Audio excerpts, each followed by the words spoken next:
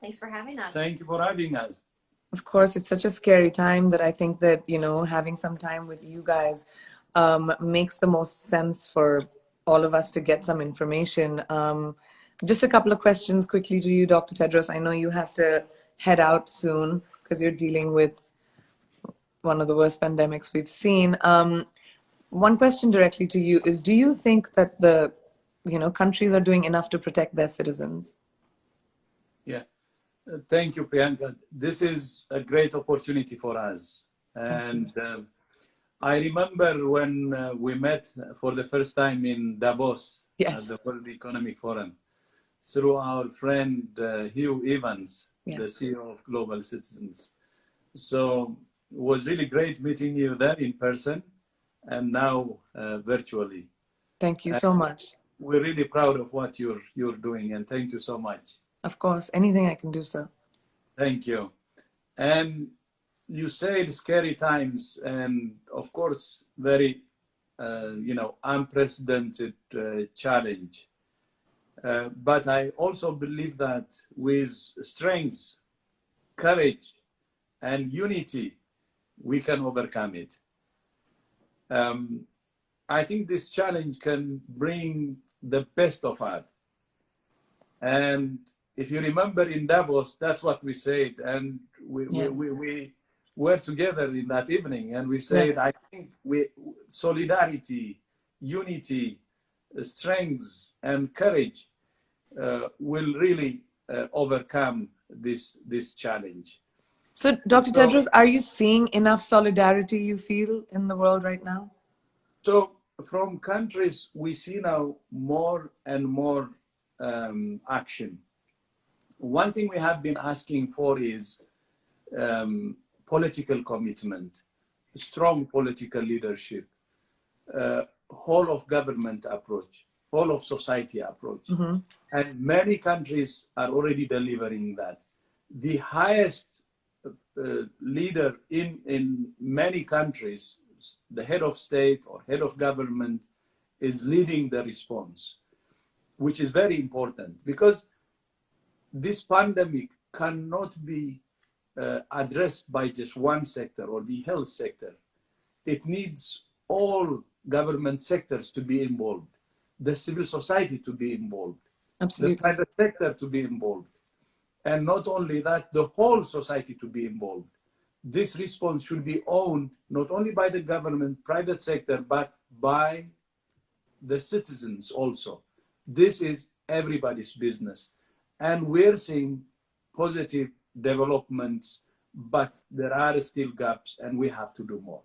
So if I may ask you a question, just because I want to get into a few specifics from you directly, what are the top things that you think people like us, people around the world can do for now to protect, as individuals, to protect themselves and their families?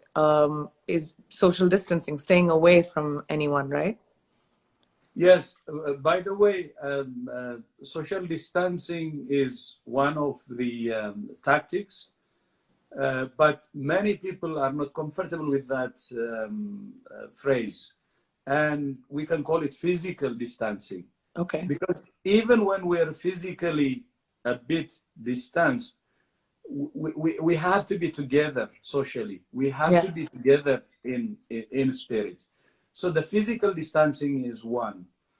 And there are, many measures that are being taken by governments, like banning meetings, big gatherings, and other physical distancing, like closing schools or other actions that are being taken. Yes, but India just implemented a 21-day lockdown in a country full of 1.3 billion people. So there are a few governments that are taking it seriously, clearly. But do you think that, around the world, because you deal with almost every country, do you think around the world countries are doing enough, like governments are doing enough? These are important measures, but it's not enough. Mm-hmm. And WHO is saying physical distancing and the other measures you said are important, but at the same time, we have to test cases, that's suspected cases, and we have to isolate cases, and we have to trace contacts and isolate them too. And we need to have a comprehensive approach. So I said it yesterday in my press conference, physical distancing or social distancing is a defensive position or defensive tactic. Right. But we need into testing and isolating, quarantine, and so on in order to be on the offensive. That's how we can suppress the virus. That's how we can So Dr. Tedros, I mean, you say we should get tested, but there are so many countries in the world that don't have enough tests. What should they do? You know, there are many countries who can provide testing, but who are not testing enough. And even high-income countries. So they should make sure that there is access to testing, because I don't think they will have economic reasons not to do it. All right. So then there are countries who are low income or middle income who may not afford it, and we need to have international solidarity to support them. And even we need high-income countries to be able to help the low-income countries. Are you worried about these low-income? Solidarity should come. Yes. Are you worried about these low-income countries, which without many cases, because they're not being able to get tested, so we're not seeing those cases? Do you think that's what is happening? You know, a lot of low-income countries around the world. WHO was warning the whole world. I will tell you, when we declared the public health emergency of international concern, while we had more than 11,000 cases in China, we had only 83 cases in the rest of the world. Wow. 83 cases in the rest of the world means this could have been tested, contacts identified, isolated, and the problem could have been cut from the bud. And if you remember, we have been saying there is a window of opportunity, because most of the cases are in China. The number of cases in the rest of the world is very small. So let's cut it from the bud. But I think there was a problem in the listening of the rest of the world. And that's why the number of cases started to increase. And now, as we speak, we have close to 400,000 cases. And this is 90,000 cases in China versus more than 300,000 in the rest of the world. Wow. So it just shifted. Yeah.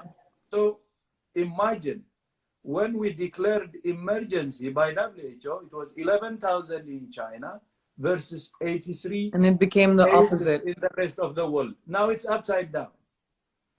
And we have been saying the window of opportunity, there is a window of opportunity, let's act. And then when action was not really forthcoming, we said the window of opportunity is closing. It's closing, it's narrowing. Take action. And the action is the comprehensive approach. What can we do to flatten this curve now that, people didn't listen to the WHO when you warned them? And what is it that urgently we as countries can do, we as people can do, the civil sector? Like, what can we do now that this has become what it has? The same. It's a comprehensive approach. We do the physical distancing, the social distancing, which you said. I don't want to call it social distancing, but physical distancing. But at the same time, testing, tracing contacts, isolating, and a full package. We have to be on the offensive. I brought yesterday the metaphor of soccer game.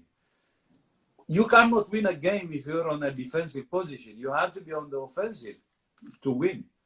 This virus should also be attacked. We cannot win by defending. And we have seen many positive stories here. South Korea is doing the same thing. I can tell you,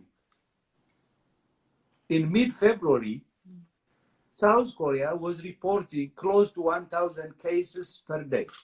Right. Now, yesterday, it reported only 64 cases per day. It followed exactly the same comprehensive strategy, go on the attack. Singapore, the same thing. Japan, the same thing. China, the same thing. A lot of So countries, the rest of the world right, to do exactly the same, to be on the offensive, to implement the comprehensive package. But I would like to invite my colleague, an amazing expert, Dr. Maria van Kerkhoff, to It's a tough one. It's a tough name. I got Thank it you. now. to say more. She's more expert than me. I'm the boss, but she is the expert and a very fine expert. No, I don't know about that, but I think, you know, one of the things that is really interesting to me is I'm an epidemiologist, and my life is this type of work, and we think about these types of scenarios all the time. I work on a team that deals with emerging infections, and Dr. Tedros knows all about this with his Right. experience. We plan for these types of things, and we prepare for these types of things. And we work through these scenarios that you may have these little events. And most of the time, there are events that happen, and you have small clusters of cases, and then there's a big outbreak investigation, and they go away. In Right. this situation, it had a chance to take off. And it took off in China, and we saw this incredible response from China. And what that response included is what Dr. Tedros just said. It was this fundamental aggressive action, the offense, to find these cases. And to find cases, you have to look. And to find And you cases, have to test. And you have to test. So there are so many, and I really wanted to bring this up with you. There are countries that are saying that it's going to economically affect, you know, a lot of countries if we have to create a sort of quarantine, or if we stop people from going to work. What do you have to say about that? What I have to say is that this is temporary. We are going to get through this. You mentioned before, we were listening to you before we joined you, you said people are scared. That's normal. You know, having fear around this is nothing about this new world that we're living in right now is normal, but people are showing solidarity. They're showing ways to turn that fear and that scared into something positive. And while doing your part, you ask, what is your part? Every single person on the planet has a role to play here. Every single person is part of this fight. And if you don't know what that is, you need to find out. That's why we're here. You know, we're here to say what your role is in a couple of things, right? You wash your hands. You know, it's basic, it's common. You wash your hands with soap and water. And if you don't have that, you use an alcohol-based rub. You practice your respiratory etiquette. You sneeze into your elbow. Again, really simple, but I'm sure many people across the planet don't do that. My 3-year-old niece Krishna does it. She sneezes into her elbow now. Yes, there was a wonderful video of Elmo teaching the world to do this in the 2009 pandemic, which I'll never forget. You do your part and you stay home. If the government is telling you to stay home, stay home. And stay home for the people who can't. Stay home for the healthcare workers who are going in and working on the front lines to care for patients. Other things that you can do is be informed. Be well informed about where this virus is, what your governments are telling you to do. Be compliant. Listen to the government. This is temporary. To go back to your question, this is temporary. So the more that we do now, the more aggressive we are now in these approaches and adhering to these measures, the quicker we're going to get out of this. The quicker we can contain it. Well, just keeping that in mind, I had asked a lot of people to send in questions, and I would love to address a few of them. The first one is from my husband, who's here. I would love to introduce both of you to him. This way. This is Nick. That's Dr. Tedros and Hello. Dr. Maria. Hello. How are you? Hi, Nick. Sorry How to are you? interrupt your live stream here. Yes. Doing well. We're staying inside. We've been kind of locked down for 2.5, 3 weeks almost now. But I'll make my question quick. I'm a type 1 diabetic. She's asthmatic, and for both of us, I think we were concerned and had some fears early on about just being exposed and what the effects would be for us. So for other type 1 diabetics or diabetics type 2 as well, or people that have asthma or any other Or are immunocompromised. What extra precautions should they take? And for me, what should I do to be just conscious of the effects that COVID-19 might have? Yeah. You want to start? Please. So what we know from cases that have been occurring across the globe is that there are certain people who are more at risk for developing severe disease. And those are individuals who have diabetes, they're individuals who have cardiovascular disease, have chronic respiratory disease, have cancer. And so these are people, and people of advanced age, so people who are over the age of 60. So we need to ensure that you can limit your exposure, your potential exposure to this virus as much as you can. So taking the measures that you just said of staying home for a couple of weeks is a good one. But we need other people who don't have those chronic conditions and who are younger to also help you, because every single person who prevents themselves from getting infected prevents somebody else who could potentially be in a vulnerable category from getting infected. And I think if the one message we could get across to young people across the globe is that, as Dr. Tetras has said, you are not invincible. And we have seen that there are people with underlying conditions who are more at risk for severe disease and for dying, but we also see young people too, admitted to ICU. So it isn't just for the old people, it isn't just a disease that will kill people who have underlying conditions. Everybody is at risk. It's a new disease. So you taking extra precautions to prevent yourself from being exposed is good. And if you are out, make sure you do the same. You do the five, which is this campaign that we just launched with FIFA. You wash your hands. Hands is the first one. Okay. 20 seconds, wash your hands, take the time. Wash your hands, the elbow. Sneeze or cough into the elbow. Don't touch your face. Everyone touches their face. Don't And touch then your the distance. The distance. Physical And the distance. feeling. Check how you're feeling. That's right. If you have problems, temperature, fever, and so on, then Stay home. stay home. Stay home. And really, 5. That's right. Those are the 5 things you need to do. If you have any trouble breathing, if you get sick very, very quickly, call your doctor immediately and go seek healthcare. But always make that phone call first so that they can expect you coming in. Great. Got it. Thank you so much. Yeah, thank for you. the question. Thank you. Thanks, Thank babe. you. Very nice to see you. I have a few more. There's a question from Amelia Surtes. Can you catch the virus from the air? Is it airborne?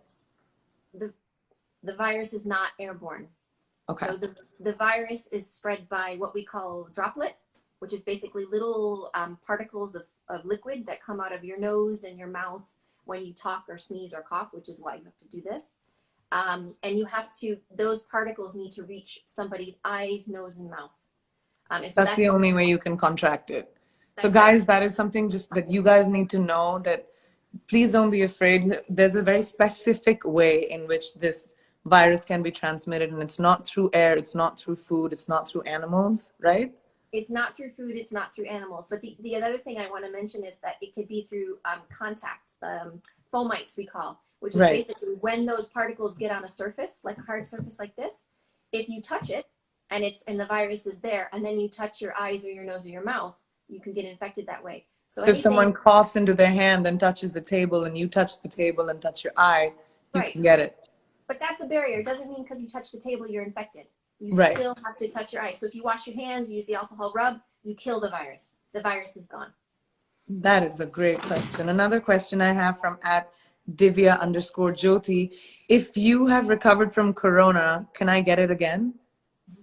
We get this question a lot. So we don't have the full picture of this virus because we're still only 12 We're all in. learning. We're all learning. But if I can mention, we know that more than 100,000 people out of those 400,000 cases have recovered. And that's also important to be part of the message. It is still scary, but people are recovering from this. And what we are expecting is for people who do get infected, that they will develop some kind of an immune response. We don't know how strong that is yet. We don't know how long that will last. So we're working with a number of countries to try to collect that data more systematically so that we can give a proper answer to that question. That's great. Another question, is COVID-19 vulnerable to heat? And if our house is warm, will the bacteria die? Mr. Nankis asks this question. So first of all, thanks for that question, because we do get lots of questions around temperature and what that actually means. This is a virus, so it's not a bacteria. So it's a different kind of pathogen. The virus can spread in different temperatures. We've seen it spread in cold temperatures in northern China. We've seen it spread in warmer temperature in Africa and in Singapore and in other places. There is some question about what may happen when the summertime comes in the northern hemisphere, and then the winter starts in the southern hemisphere, excuse me. And it's not necessarily a change in how the virus behaves, but we behave differently in the warmer weather. You know, we spend a lot more time outdoors, indoors. So again, only 12 weeks in, so we're still trying to understand how this virus behaves, but there's, I don't know, hundreds of thousands of people that are looking at these types of questions, and we are working with as many of them across the globe as we possibly can to try to put that evidence together to help us better have an even stronger response. Well, thank you so much for clarifying that. Another question which I have is there a vaccine? Finding a vaccine will be crucial to a long-term solution to corona, obviously. Are you guys working with Gavi, the Vaccine Alliance, and others to produce a vaccine to ensure that everyone has access to it? Are you starting that one? Yes, we have started that some weeks ago, more than 8 weeks ago, actually. We have convened a meeting of more than 400 scientists, and there are some vaccine candidates now, and we're working on those through those scientists throughout the world. But the thing here is vaccines may not be ready between 12 months from now. Wow, So it'll take a year, you think? Yes, a year to 18 months, a year and a half. That's very good. You're using your elbow. So a year from 12 months to 18 months it may take. But it's a very important investment, and we're working with Gavi, we're working with CEPI, we're working with other institutions and convening that platform in order to speed up the discovery of vaccine, but it takes time. So the idea is to do everything we can now, public health measures, to suppress and control the disease, but at the best in strategic issues like vaccines. Got it. Wow, it'll take a year. Is it possible to have COVID-19 and not have a fever? This is asked by Jen Lilly. It is. It would be rare though. So what we know for most people who have COVID-19 is that they have a fever, they have a dry cough, they have shortness of breath. It becomes difficult to breathe. And they may have some other symptoms like muscle pain. They may have a headache. Very few people will have a runny nose and sneeze and like you may see for the common cold or with the flu. But most people, about 90% of people in China, where we have huge case numbers, have reported fever. Yeah. Wow. So if someone has a cold, it could also be a common flu. It can. This is the really difficult thing about this is the gray area, isn't it? Is that you don't know what you have, but there are some distinguishing features. This fever, dry cough, shortness of breath, that is COVID-19, and you need to get tested. And so the only way we can actually distinguish between each of these respiratory diseases is through testing. So it is important that that does happen, and it's important that we increase capacity across the globe. Technology, and we provide tests and we find tests for people who can't get it. Another question for you, Dr. Maria, what is co-infection? Can you get two viruses together? Yeah, co-infection means you're infected with multiple things at the same time. So some people can have influenza and COVID-19. Some people can have like a bacterial infection, like bacterial pneumonia and COVID-19. But yeah, that's what that means when you have the word co-infection. Got it. I'm just going to take 5 more minutes of your time, just ask a few more questions because they're just interesting. What surface does the virus live on? This is asked by @MarySkelly. So the virus itself doesn't live outside of the body unless you have a sick person that will cough or sneeze on. How long will that last if someone sneezes or something? So on hard surfaces, it depends on the type of surface. If it's like steel, so a lot of these studies are done in hospitals because they look at steel surfaces and plastics and things like that. So there's some early studies on this virus, on the COVID-19 virus, that suggest that the virus can last for hours on hard surfaces. Wow. So that's why it's important that no matter what you touch, you wash your hands and then you clean surfaces. You know, that you're using your common disinfectants in your house. You clean doorknobs, you clean tables, and that will kill the virus. And hand washing is more efficient than just sanitizing your hands. So whatever you have access to. So some people have access to soap and water, and some people don't. And so if you have access to an alcohol-based rub, make sure you do that. And there's a proper way to do this for 20 seconds or 40 seconds. I should know this. Or you wash your hands properly, sorry. But yes, you can kill, that's the point, is that there's a natural barrier that you have.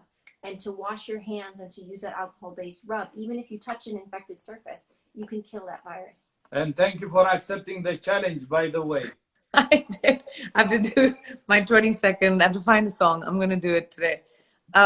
Just another question for low-income countries, because we're talking about water, Africa, India, places where people don't have access to water, soap, or even access to the education around coronavirus. What can governments or countries do so that we don't create a sort of pandemonium or a fear around, you know, the fact that people don't have access and they don't know?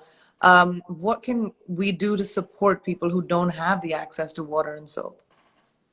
This is a good question. I'll start. So we have seen really innovative ways in which people have been finding these access to hand washing stations. Where you've seen, I don't know if you've seen pictures of during Ebola outbreaks. Yes. Where you've seen jugs and you've seen chlorine with water and different things. And, yes. And you know, the human spirit and human ingenuity is really creative. And we've seen through this pandemic, we've seen through other outbreaks before, that people find solutions. And we and you and others, everybody needs to do whatever they can to try to help make those solutions possible. There isn't a one size fits all. There's no one answer here. But we have to do every single thing that we can. And we're seeing some innovative ways where people are getting access to these kinds of jugs and water basins to be able to wash their hands. That's great. One more question. How do we deal with... Can I ask you a question? Yes, of course. I'm sorry if you don't mind. So my question is, I mean, we've never had this kind of interaction before, but my question is for you in terms of, you know, you have a huge following. I don't know how many millions of people are watching you. You're a role model. And what do you think it is that you could do and your industry can do to help support this pandemic? Because we need everyone we can to help us with this, especially to reach young people. I think one of the very important things, Dr. Maria, which is something that I'm trying to do, is make people understand that we're all in the same boat and actually reiterate the 5 things that you said, that this is some sort of weird leveler where it doesn't matter who you are, where you come from, it's going to affect each one of us, and each one needs to be responsible and socially responsible for the other, as countries, as individuals, as people. And I think public people like me, like I'm trying to do that by giving access to my fan base to you guys, and they would not have that access. So that's my way of contributing, and constantly talking about not to have a sense of panic, to be able to make sure that we think about others before we think about ourselves. Stay home, because that's very important, to be able to follow the 5 rules that you do, but to constantly reiterate that to people and create a sense of less, so that panic is not going to solve this situation. Like, you know, people hoarding things and people keeping things for a really long time when actually healthcare professionals might need gloves and you know, masks and things like that. So I think it's really bringing about education around that, and which is why I'm so grateful that you guys took the time to be able to have this conversation with my fan base. I'm really glad you clarified that it's not airborne, that it's not through animals. That is something that a lot of people were creating. There was a lot of hype around that. I have one really quick question. People are saying By the way, look, Priyanka. Yes. Namaste. Namaste. I said that a couple of days ago, Dr. Tedros, that old and gold, namaste will come in handy. Namaste, namaskar. I will tell you one secret, but you started with WEF, so I would like to end it with WEF. Yes. The 5 things you said. Let's do it. The WEF, 5 things are: wash your WEF, hands for WEF, 20 DF. seconds. WEF Okay. and DF. So I'm really sorry, but we're using WEF, the World Economic Forum. The first 3 letters are actually like World Economic Forum, WEF. So Wash wash, your hands, use your elbow, and don't touch your face. WEF. face. Wash, elbow, face. That's WEF. Sorry, don't tell them. And then the other 2 are DF, distance. Stay at home or keep your distance, physical distance. And F, the last one, DF, F is, you have to watch your feeling. Are you be aware of how you're feeling. aware? Yes. WEF, DF. WEF, DF. So we started with WEF. That's where we met Priyanka. Yes, we did, Dr. Tedros. In Davos. So the 5 are actually WEF, DF. DF. And I hope Dr. Schwab will not be angry at us. We'll find out, won't we? And Well, thank you I so have much for another taking the request. time. I have And another request. She told you that you have a big following, millions. yes. And I hope you will tag me and get some of your following and transfer them to me. Guys, you heard that. Let's follow the WHO. Let's donate to the WHO. They need our funding more than they have ever needed. These are the people on the front lines. Dr. Maria, Dr. Tedros, I can't thank you enough for taking the time and answering these questions for, people like me who are ignorant of everything that you know. But WEFDF, we will remember this. And thank you. And I hope that we pass through this faster, we flatten the curve faster, and everyone is responsible. And I hope that it doesn't take extremely long for us to be able to get through the coronavirus. So one last question. What does the WHO need from us? we need 2 things. 1, I know people are worried. I know people are concerned, and they're right to be concerned and worried. Maria had said it already. But what we say is we need strength, unity, courage, and we need to fight like hell to kick Corona out. We have the means to do it. Yes. So we should really believe in ourselves. The human spirit is very, very strong. And when united, especially, we can achieve what we want. That's kicking the virus out. So, of course, we should be worried. Of course, we should be concerned. But we need courage, strength, and fight it out. And we should not be, lose hope. We have all the means to kick this virus out. So that's our message. And the second request is we have the Solidarity Fund. And Global Citizen Hugh Evans is helping. This is something we started with UN Foundation and the Swiss Philanthropy Organization. And in just 1 week, we were able to mobilize more than $70 million US. This is big. Wow. In just 1 week.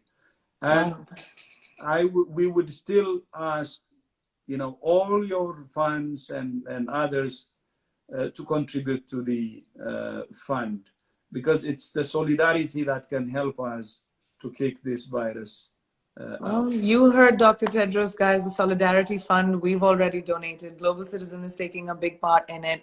And it'll just take so much from you guys.